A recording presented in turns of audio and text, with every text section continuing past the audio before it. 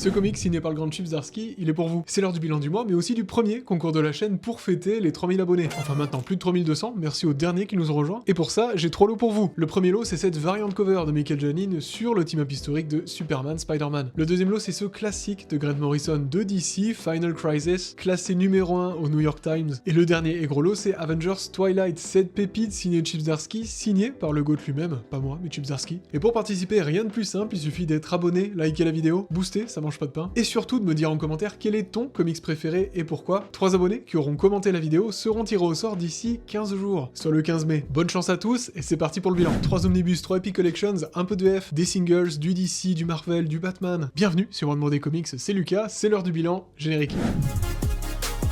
One more day comics. Avant de commencer, dis-moi ce que toi, t'as lu ce mois-ci en commentaire et profites-en pour participer au concours. Attention, faut être abonné. Je vous propose qu'on commence par les singles avant d'aller ensuite sur les TPB, les hardcovers et surtout les 3 omnibus. Ah, j'ai pas chômé ce mois-ci. Daredevil numéro 1, Daredevil comme on dit, n'est-ce pas? La série de Phillips qui vient juste de se relancer. Alors Daredevil, bien sûr, il y a une hype en ce moment avec la saison 2 de Born Again qui apparemment est pas mal. Je viens juste de me refaire la série Netflix, j'ai à peine commencé Born Again saison 1, donc bon, on verra ça plus tard. Mais en tout cas, cette série-là, elle relance l'histoire de Matt Murdock, elle relance la série Daredevil avec un nouveau point d'entrée pour les nouveaux lecteurs et franchement, je suis très content de ce que ça donne pour le moment. Alors c'est très introductif, l'équipe créative derrière, c'est donc Phillips, Garbett et Martin. Dans le blind bag, j'ai eu cette couverture-là qui est la cover de base, mais en vrai, j'en ai acheté une autre pour aller avec le displate de ma livre juste derrière parce qu'il y a aussi une cover de ma livre qui est absolument fantastique. Qu'est-ce que ça vaut? Eh ben, moi j'ai trouvé ça très bien, c'est une très bonne introduction à cette nouvelle période de Matt Murdock et de Daredevil. On suit Matt Murdock alors qu'il est cette fois-ci prof à la fac, ça nous rappelle Spider-Man sous JMS, c'est plutôt cool. On nous introduit de nouveaux personnages, on nous introduit, enfin en tout cas on nous tease de nouvelles intrigues, pourquoi pas amoureuses avec Matt Murdock, tout en nous rappelant certaines petites choses avec Foggy. Alors j'ai aucune idée de ce qui s'est passé dans le run précédent, moi je suis en train de lire Bendis en ce moment donc je suis très loin, mais c'est un numéro 1 qui met parfaitement en avant la dualité entre sa vie secrète et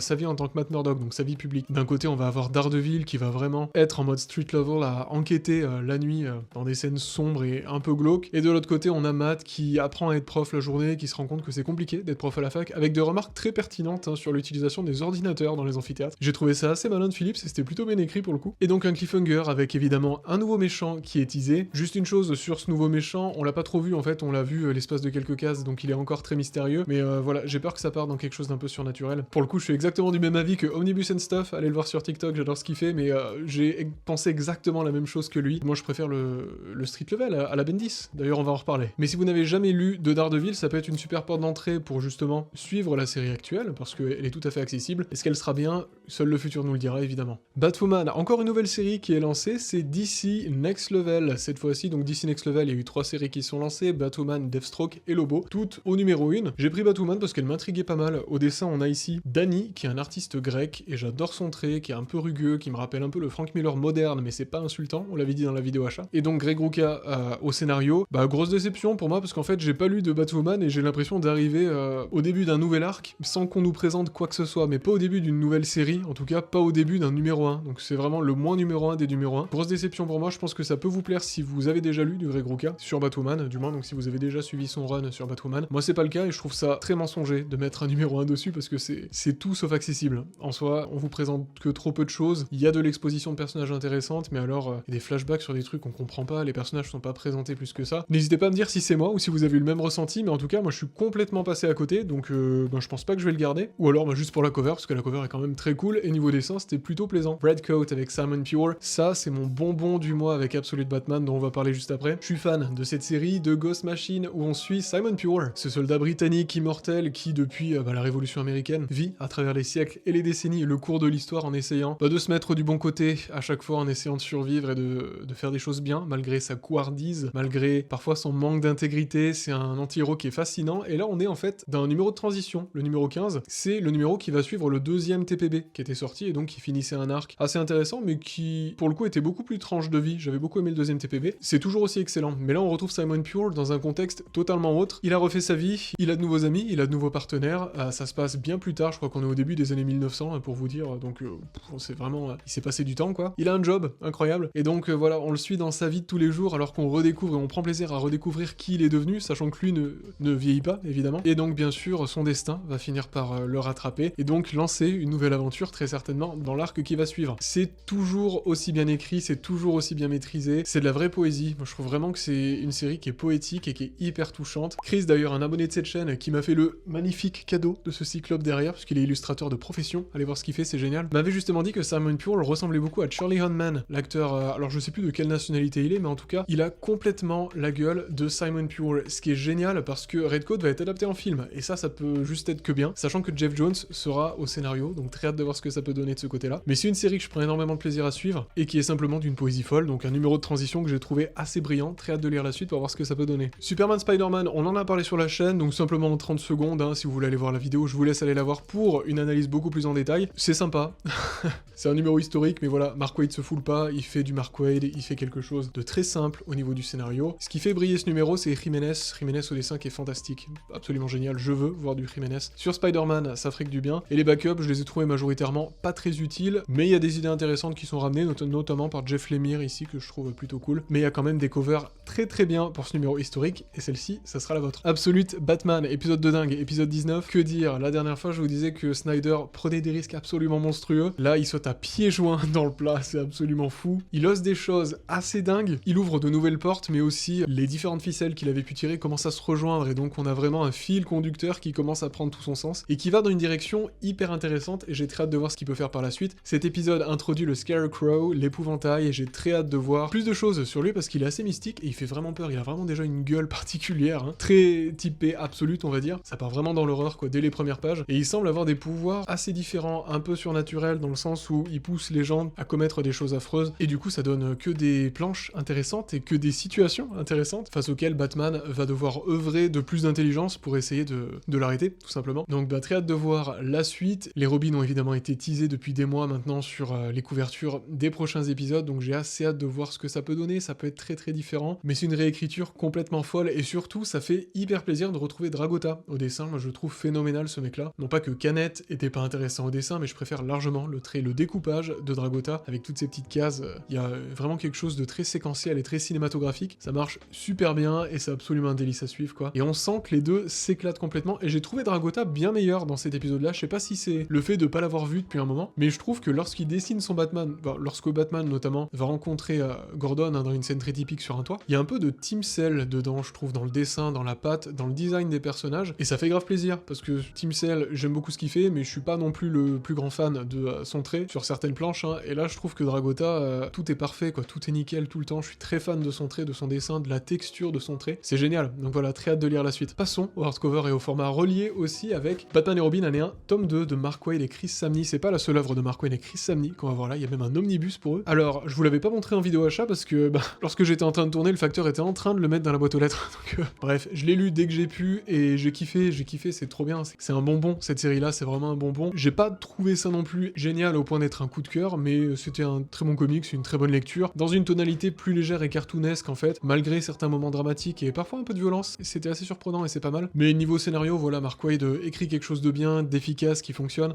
mais c'est sans grande surprise, c'est assez convenu. Pour moi, c'est vraiment Chris Samnee qui fait que la synergie fonctionne vraiment entre les deux, avec un dessin génial, vraiment, on a du mal à tourner les pages tellement que c'est beau, une composition qui fonctionne, une édition d'Urban Comics qui est magnifique, hein, les éditions comme ça, toilées, je trouve ça magnifique, même si j'espère qu'elles vont durer dans le temps et que le jaune va pas finir par s'effacer sur le tissu, mais voilà, une très belle édition, un très bon comics. Ce qui m'a un peu dérangé, c'est la traduction, mais c'est le cas avec la VF, maintenant j'ai vraiment du mal à lire de la VF, et même si la traduction est bonne, contrairement à un prochain comics dont on va parler après, c'est plus une question de préférence personnelle, parce qu'à chaque fois je me demande, tiens, qu'est-ce qu'il a voulu dire ici, tiens, c'était quoi le texte original? Et il y a certaines choses qui ont été traduites, mais pas de façon maladroite, c'est juste qu'on pouvait pas vraiment le traduire autrement, donc bon, ça reste un super boulot de traduction. Si vous n'avez jamais lu de Batman et Robin, vous pouvez foncer sur ce tome 1 et ce tome 2, hein, parce que c'est une série complète en 2 tomes, c'est très bien, c'est assez touchant dans la relation entre Batman et Robin. On va continuer en fait l'histoire avec le nouveau mafieux qui était venu à Gotham et qui a décidé de séparer les familles en les montant les unes contre les autres. Lalo Salamanca a pris le pouvoir. Ça manquait de développement, je trouve, sur la relation avec son père, enfin ils auraient pu aller plus loin, et bon, on lui a un peu coupé l'herbe sous le pied, on va dire. J'aime beaucoup le traitement de Double Face et le traitement de Gueule d'Argile, dont j'ai très hâte de voir le film d'ailleurs. Donc voilà, je trouve que ça reste très réussi, majoritairement grâce à Chris Samnee, même si Mark Waid se débrouille, hein, c'est vraiment très bien ce qu'il fait ici aussi, juste il va pas réinventer le genre, mais c'est du très bon Batman et Robin, avec du coup cet aspect un peu cartoon que je trouve génial, et les dessins, quoi, c'est fou, quoi. Chris Samnee, j'aime énormément ce qu'il fait, mais ça, on va en reparler. Un petit cadeau de Walls Comic Shop. Walls Comic Shop, c'est le sponsor de cette vidéo, c'est le sponsor de cette chaîne, c'est le comic shop de référence si vous habitez en Europe et que vous voulez acheter vos comics VO en ligne et qu'ils arrivent à temps, super bien protégés, en plus avec des petits dessins, ils sont cool, et évidemment à des prix avantageux. Et pour votre première commande, ils vous offrent moins 10% avec le code OneMoreDay10, ce qui vous permet de faire des économies sur les nouveaux omnibus qui vont sortir, ou bien sur cet omnibus Invincible, que je vous conseille, sinon vous prenez les compendiums, pour 150 €, vous avez l'intégralité d'Invincible pour même pas le prix de 2 omnibus, c'est dingue, avec les moins 10% que je vous ai même pas compté, ça vous fait encore moins cher. Merci à Walls Comic Shop, les liens sont en description et en commentaire épinglé. Captain America de Chip Zdarsky.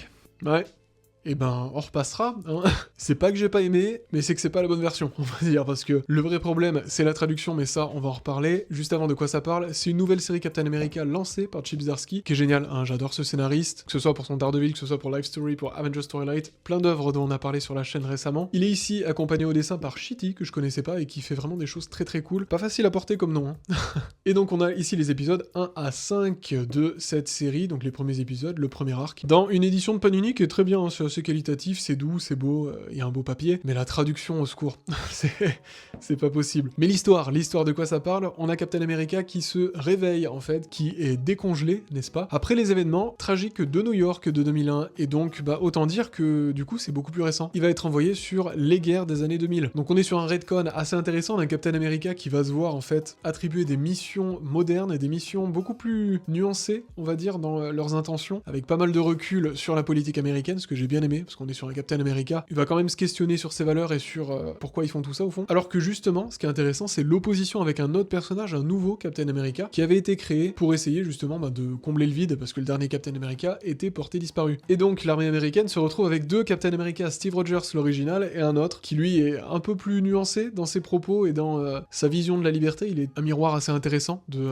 notre époque au fond. Et ces deux héros sont envoyés en Latverie pour secourir des otages, et évidemment il y a des petites péripéties avec Dr. Doom. Niveau scénario, c'est vraiment intéressant dans ce que Zdarsky veut raconter derrière. Bon, ça m'a pas non plus pris au tri parce que Captain America, j'ai jamais été un gros fan. Mais alors, la traduction, premier on en parle tout de suite, la traduction est terrible. Pourquoi ? Parce que il y a des omissions, il y a des faux sens de traduction, ce qui est grave.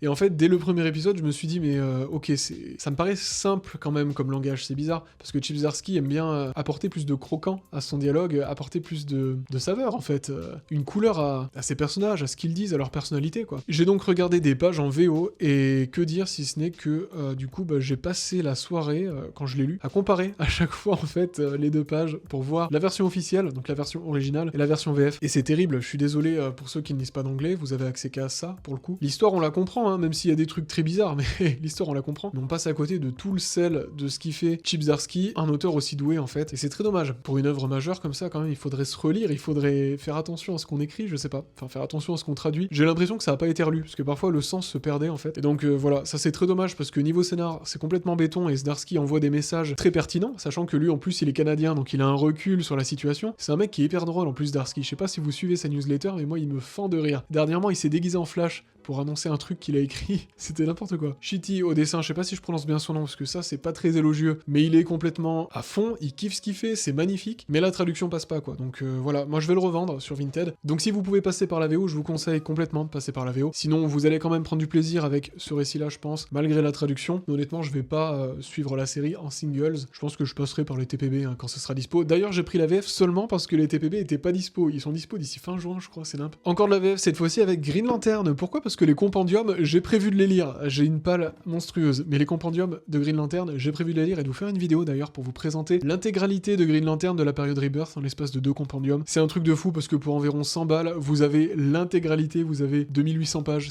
c'est fou. Bref, Green Lantern Twilight, j'arrive après la guerre pour celui-là. Un mot sur l'édition, c'est un récit de 1994 qui voit la naissance de Parallax, qui voit Green Lantern, comme on le voit sur la couverture, devenir un peu barjot, lorsque la ville de Coast City est complètement rasée après la mort de Superman. Mars et Banks nous racontent ici une histoire qui est très touchante, même si un peu nanar, on va pas se mentir sur les bords, mais c'est très kiffant. Ça vaut d'ailleurs 24 € pour 296 pages. Il y a une sélection, il y a un beau travail éditorial, il y a des rabats, c'est chouette, vraiment les TPB d'Urban sont vraiment cool. Il y a un chouette travail éditorial parce qu'il y a des épisodes avant l'event Zero Hour et après, donc autant vous dire que c'est le bordel. Mais ce qui est cool, c'est qu'Urban est là pour vous guider, et ça c'est bien parce qu'il vous explique un peu ce qui s'est passé. Est-ce que je le recommande ? C'est intéressant si vous voulez voir comment Green Lantern a pété les plombs. En l'espace de 3 épisodes, franchement, les 3 3 premiers, c'est de l'action pure, hein, ça se lit vraiment vite, c'est droit au but, il n'y a pas de scène en parallèle, c'est que une action, que une scène, je veux dire, avec Hal Jordan qui devient fou, qui essaie de ressusciter la ville, et qui ensuite décide d'aller chercher tous les Green Lantern pour leur voler leur bague. S'ensuit un affrontement assez dingue derrière que vous verrez. Et puis ensuite, on nous présente surtout le personnage de Kyle Rayner. Kyle Rayner qui est donc le nouveau Green Lantern de cette époque, et qu'on retrouve ensuite dans le run de Jeff Jones, enfin dans plein de trucs. J'ai voulu le lire avant le compendium, voilà, au moins je sais un peu qui sont ces persos. C'était sympa, Kyle Rayner, il est très bête et beauf, hein, sur les bords, donc voilà. Moi ça m'a fait marrer parce qu'on est complètement dans une nanar qui se lâche et qui se défoule, il y a des corps dans des frigos. Il y a des nuques qui se font briser, enfin franchement des fois il y a des limites qui sont passées, on se dit ah ouais quand même pas mal, ok c'est pas mal. Niveau dessin j'ai trouvé ça très cool, c'est très vintage mais j'aime beaucoup la composition qui est claire, la mise en page qui est sympa, puis le trait aussi qui a du coup cet aspect un peu chaleureux que j'aime bien des vieux comics. Donc voilà, une réédition sympa, un récit que j'ai assez kiffé, c'est pas ultra mémorable mais voilà. C'est sûr que par rapport à du Kirkman, tout ce qui est écriture sur les émotions, sur les relations entre les personnages, c'est moins maîtrisé mais ça reste quand même très kiffant. Beaucoup de Daredevil, 3 Epic Collections. J'ai pas fini le 3ème encore là, j'étais en train de le lire justement, mais fallait que je tourne ce bilan. C'est génial, c'est trop bien. C'est le run de Bendis, je l'ai même pas dit. Bendis et Maliv sur Daredevil, qu'est-ce que vous voulez de plus? C'est un run absolument iconique du début des années 2000, même de l'année 98 je crois, hein. Donc de 98 ouais. Bon après pendant les années 2000 aussi. Je vous ai fait voter d'ailleurs dans l'espace communauté de cette chaîne, et justement vous avez dit que c'était le run le plus épique et le plus important de Daredevil, le meilleur. Et vous avez raison, je pense, parce que pour le moment, bah là j'en suis aux 3/4 en fait de ce run, il me reste encore un Epic Collections pour terminer le run de Bendis, c'est monumental, c'est phénoménal. Ces Epic Collections, je vous les présenterai, on fera une vidéo spéciale sur le run de Bendis, il y a énormément de choses à dire, que ce soit sur les éditions en Epic Collections, ou que ce soit sur le contenu. Tout s'ouvre non pas ici sur le pacte, vous avez en fait d'abord beaucoup d'épisodes qui sont pas très utiles pour le coup, hein, qui sont donnés au début, avant même l'arrivée de Maliv au dessin, il y a du David Mack, ça c'est très sympa, avec Ben Urich, une histoire assez touchante, il y a Daredevil Ninja, ça c'est pas la peine de le lire, et il y a ensuite bien sûr le début de l'arc Maliv et Bendis avec le pacte, et là c'est exceptionnel. On retrouve un Kingpin qui est aveugle, ok, et qui surtout a de la concurrence parce qu'il y a un nouveau arrivé en ville qui a choisi de le détrôner et qui va donc essayer de faire un pacte avec plein d'autres hommes de main du Caïd pour essayer donc de le faire tomber, un peu comme César est tombé. Et donc comme vous pouvez le deviner, ça va causer un chaos assez extrême en ville, un chaos extrême dans la vie de Matt Murdock, puisqu'il s'avère que le Kingpin partage un secret avec Matt qui est son identité. Il sait qui est Matt Murdock, il sait qui est Daredevil du moins, et donc ils entretiennent un peu cette relation étrange avec Matt, ce respect mutuel malgré leur rivalité et malgré le fait qu'ils soient pas vraiment d'accord sur le mode de fonctionnement des deux quoi. Bendis fait un travail remarquable d'exposition ici pour vraiment ne pas vous perdre et vous présenter à la fois le personnage et à la fois son univers, son monde. Il y a pas tant de personnages que ça au fond ici, hein. On est vraiment avec un gros focus sur Matt, dans une ambiance sombre, glauque, poisseuse. On est dans un mélange entre True Detective et Daredevil, la série sur Netflix d'ailleurs, hein, qui maintenant je pense a été extrêmement inspirée par le run de Bendis parce que tout le monde est dans le noir constamment, tout le monde fait que se plaindre constamment, tout le monde est dépressif et il y a qu'une lumière jaune tout le temps. Donc autant dire que ça bousille un peu le moral à la lecture, mais qu'est-ce que c'est kiffant, et Bendis opère sa magie. Vous savez que Bendis, c'est un auteur de génie pour les dialogues, je l'avais adoré dans All New X-Men, c'est d'ailleurs le gros point fort du titre. Là, il est exceptionnel. Tous les dialogues sont croustillants, tous les dialogues sont géniaux, c'est parfois assez verbeux, hein. On a vraiment parfois 3-4 pages, même un épisode complet sans parole, et parfois ça va devenir un vrai roman graphique avec des illustrations un peu à la Vertigo, avec ce trait très texturé, on dirait plus du photomontage parfois, c'est assez étrange, mais ça a vraiment une vraie personnalité. C'est toujours très sombre, avec parfois même pas de bulles et des gros pavés de Bendis qui vous fait un monologue énorme, mais c'est génial parce qu'il écrit trop bien et que c'est absolument captivant. Donc évidemment, sans spoil, plein de questions se posent, que ce soit sur le Kingpin, est-ce qu'il va être renversé? Qu'est-ce qui va se passer si le Kingpin vient à être renversé? Qu'est-ce qui va se passer pour le secret de Matt? Et aussi d'ailleurs dans ce tome-là, donc le volume 3, qui date ici de 2002-2023, qui continue justement ce run, le procès de White Tiger, qui avait été utilisé dans la première saison de Born Again, il me semble. Je l'ai à peine commencé, donc j'ai pas encore tout vu. Il me semble que de ce que j'ai lu, la fin était très différente. Là, c'est 2 épisodes purement juridiques. Au dessin, c'est pas mal livre, ce qui est un peu dommage. Mais côté scénar, c'est fou, c'est superbement écrit. C'est parmi les meilleurs comics et les meilleures scènes de procès que j'ai pu voir et lire, hein, tous médias confondus. Bendis, c'est un maître du storytelling. Il est parfaitement accompagné par Maliv, que je trouve captivant au dessin, mais que je préfère aux couvertures. Il y a des team-up avec Spider-Man, il y a des pétages de plomb de Matt Murdock qui va parfois complètement vriller. Donc, c'est un run hyper sombre, un run psychologique, un run qui blablate beaucoup, mais c'est absolument kiffant. l'écran, et surtout très bien rythmé, on s'ennuie jamais, chaque épisode, chaque arc a vraiment quelque chose à dire. J'ai beaucoup aimé l'arc sur Echo, qui est pour le coup dans le 3e volume, on y arrive, du moins le 4e ici. Il y a tout un arc avec David Mack au dessin, David Mack qui fait des choses très expérimentales, hein, c'était vraiment plus étrange, mais là ça colle parfaitement à Echo, qui est donc sourde, et donc il va nous raconter son histoire ici en l'espace de 4 épisodes avec David Mack. C'est poétique à souhait, c'est sublime, c'est magnifique, c'est une expérience vraiment comme vous en avez, je pense, jamais vécu en termes de lecture comics,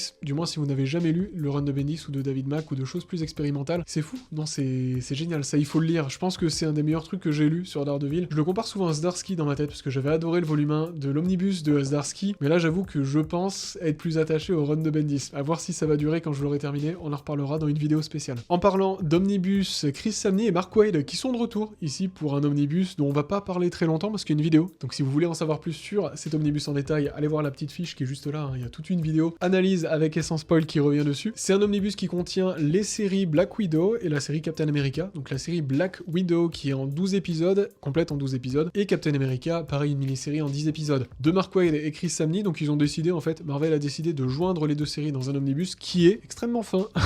Il est pas large, hein, il n'y a pas d'autre chose, il y a que ça. Vendu 100$, est-ce que ça vaut son prix? La réponse dans la vidéo en fiche. En 30 secondes, j'ai kiffé, j'ai absolument kiffé la série Black Widow. Il y a vraiment un ton très différent de Batman et Robin qui est plus cartoonesque. Là, c'est très sérieux, on va vraiment dans un récit d'espionnage profond. Captain America, c'est un peu différent. Il y a 3 arcs qui partent un peu dans tous les sens, mais qui représentent parfaitement ses valeurs de ce que j'ai pu trouver. Donc voilà, c'est un vrai exercice de style pour Chris Samnee qui, je pense, signe le meilleur numéro 1, toutes séries confondues. Le numéro 1 de Black Widow est fantastique. C'est les meilleures scènes d'action que j'ai jamais vues. Donc ça, je vous le conseille énormément, sachant que, comme vous pouvez le voir, c'est la cover Direct Market. Donc c'est pas la cover standard, c'est une cover que je trouve absolument sublime. Et dessous, vous avez Black Widow et de l'autre côté, Captain America. Moon Knight, l'omnibus qu'on a réparé ensemble dans l'épisode 2 de SOS Omnibus. Merci à vous pour votre soutien d'ailleurs, ça vous a bien plu. J'ai kiffé, mais pas au point d'en faire une vidéo, parce qu'en fait, j'ai pas grand chose à dire dessus. Je connaissais pas McKay au scénario, je connaissais pas Cappuccio au dessin, et McKay, voilà, fait un récit ici qui est très nerveux, très droit au but, hein. Les personnages vraiment se téléportent d'une scène à l'autre pour aller d'un point A à un point B pour résoudre un problème. C'est très rythmé, ça va très vite, très peu verbeux pour le coup. On vous représente Moon Knight alors qu'il a maintenant ouvert son cabinet, qui va permettre aux gens de les aider. Si vous avez un souci, vous allez dans son cabinet et il va venir vous aider à les régler. Avec donc sa secrétaire vampire et puis ensuite des amis qui va se faire sur le chemin et un ennemi aussi qui va apparaître et qui pour le coup est un peu cartoonesque mais assez intéressant. Ça contient les épisodes 1 à 30 de Moon Knight avec Devil's Reign derrière. Bon, ça pareil, hein, je trouve que ces events, ça vient vraiment couper le rythme de la série, c'était pas nécessaire. Enfin, c'est un peu le problème moderne des comics aujourd'hui, hein, mais il y en a d'autres. On a l'annual 2022, on a des petits trucs en plus liés à Avengers, et on a l'annual de 2023. Donc c'est un omnibus très sympa, moi j'adore la cover, la jaquette ici avec Greg Capullo qui est au dessin. Dedans c'est Cappuccio. Cappuccio, je trouve qu'il est génial pour Moon Knight. À chaque fois qu'il le dessine, qu'il le fait apparaître dans le ciel, en pleine scène d'action, je trouve ça fantastique. Je trouve qu'il est très très bon pour le côté un peu mystique et légende urbaine qu'il vient donner aux personnages. Mais alors, il y a un gros mais, je trouve que tous ces personnages ont un air un peu manga avec des traits très fins, enfin des visages très fins, un peu allongés, avec des cheveux très raides, ce genre de choses. Je suis pas très fan moi de ce trait-là, et je trouve que tous les environnements, les backgrounds, ça fait très asset 3D en fait. Ça fait un peu comme Keketo, des fois sur la série Ultimate Spider-Man. Je trouvais que parfois les fonds, les backgrounds, les environnements, l'arrière-plan quoi, faisaient souvent un peu asset 3D. Là c'est un peu le cas, ça fait un peu vide, mais sinon il arrive vraiment à créer une atmosphère assez dingue. C'est un récit qui se lit tout seul, c'est pas inoubliable, c'est une bonne lecture, ça se lit très très vite par contre. Et puis voilà, je pense que je vais plus me régaler avec le Moon Knight de Jeff Lemire que j'ai très hâte de relire parce que je l'avais jamais terminé, mais c'est un omnibus que je pense je vais garder. Est-ce que je le conseillerais comme première lecture de Moon Knight? Franchement, si vous connaissez pas le personnage, que vous aimez l'action, que vous trouvez les dessins sympas, foncez, parce que c'est vrai qu'il y a quand même de quoi se régaler. Il y a des sacrés punchlines aussi, beaucoup d'action, beaucoup de dessins, c'est très nerveux. Mais alors côté introspection, il joue un peu sur la folie, les doubles identités des personnages, mais pas assez, je trouve, ou du moins pas assez tôt pour qu'on en ait quelque chose à faire plus tard. Et l'ennemi principal reste sympa, mais voilà, c'est pas non plus inoubliable. Et c'est le dernier, le plus gros omnibus que j'ai eu, hein. Regardez ça, c'est monstrueux. L'omnibus invincible 2160 pages, 2 kilos. Merci énormément de l'accueil donné à cette vidéo-là. Vous avez été, à l'heure où j'enregistre ça, vous êtes 6400, un truc comme ça, je sais plus. C'est la vidéo la plus vue de la chaîne. En l'espace d'un jour, c'était la vidéo la plus vue de la chaîne. Donc il y a de la demande. Et franchement, moi aussi, j'étais hyper hypé par cet omnibus-là et je suis très content de l'avoir eu chez Walls Comic Shop avec cette cover-là. La Direct Market. La Direct Market qui est un tirage limité, bien sûr, qui va pas être réimprimé. Elle est déjà out of print, donc autant dire que les prix commencent déjà à monter. Vous avez ici les 47 premiers épisodes de la série Invincible, exactement comme le compendium. Je vous conseille d'aller voir la vidéo comparative et même la vidéo aussi review si vous voulez en savoir plus sur l'histoire, mais aussi la vidéo comparative si vous voulez comparer toutes les différentes éditions pour savoir quelle édition est faite pour vous, parce que je pense pas que l'omnibus soit fait pour tout le monde. Je suis très content de l'avoir acheté parce que Robert Kirkman, je l'adore. Robert Kirkman, il a écrit un de mes comics préférés, je dirais même mon comics préféré, The Walking Dead, qui aura droit d'ailleurs à son compendium version couleur, on l'achètera, c'est sûr, en juin. Au dessin, vous avez Walker et après Oatley. Oatley, vous l'avez vu sur Spider-Man dans le run de Spencer. Invincible, c'est une série qu'on présente plus, c'est excellent, c'est un coming of age de héros. Mark Grayson qui se découvre des pouvoirs à l'adolescence. Son père c'est Omni-Man, c'est un genre de Superman, mais il a des terribles secrets. Et donc là, vous avez un tiers de la série. Je vais pas passer 15 ans dessus parce qu'il y a 2 vidéos qui sont sorties sur le sujet. C'est génial, c'est un des meilleurs trucs que j'ai lu cette année. Énorme coup de cœur. Problème, c'est que je vais devoir acheter les compendiums parce que les omnibus 2 et 3 sont pas encore annoncés. On peut s'attendre à ce qu'ils sortent à peut-être 1 an d'intervalle chacun et c'est un problème si vous voulez lire la suite parce que moi j'ai envie de lire la suite. Problème, elle est dispo qu'en compendium et compendium hardcover ou les library edition ou les éditions poche. On a comparé tout ça dans la vidéo spéciale. Je pense que je partirai sur les compendiums, souple ou pas. Je pense que niveau budget vaut mieux souple. Donc voilà, ça c'est très bien. Foncez lire Invincible, c'est exceptionnel. Et c'est surtout un énorme pavé. C'est plus épais que l'omnibus 1 de Batman de Snyder. Merci d'avoir regardé cette vidéo. N'oubliez pas le concours. Merci à Walls Comic Shop de sponsoriser cette chaîne. Et merci à nos membres Matt, Eliseo, Hades, Comics du mercredi, Jérôme et Super Zero Comics et Arcaim. On se retrouve tous les mardis et vendredis 17h pour de nouvelles vidéos. Et d'ici là, faites en sorte que chaque lecture compte. Ciao.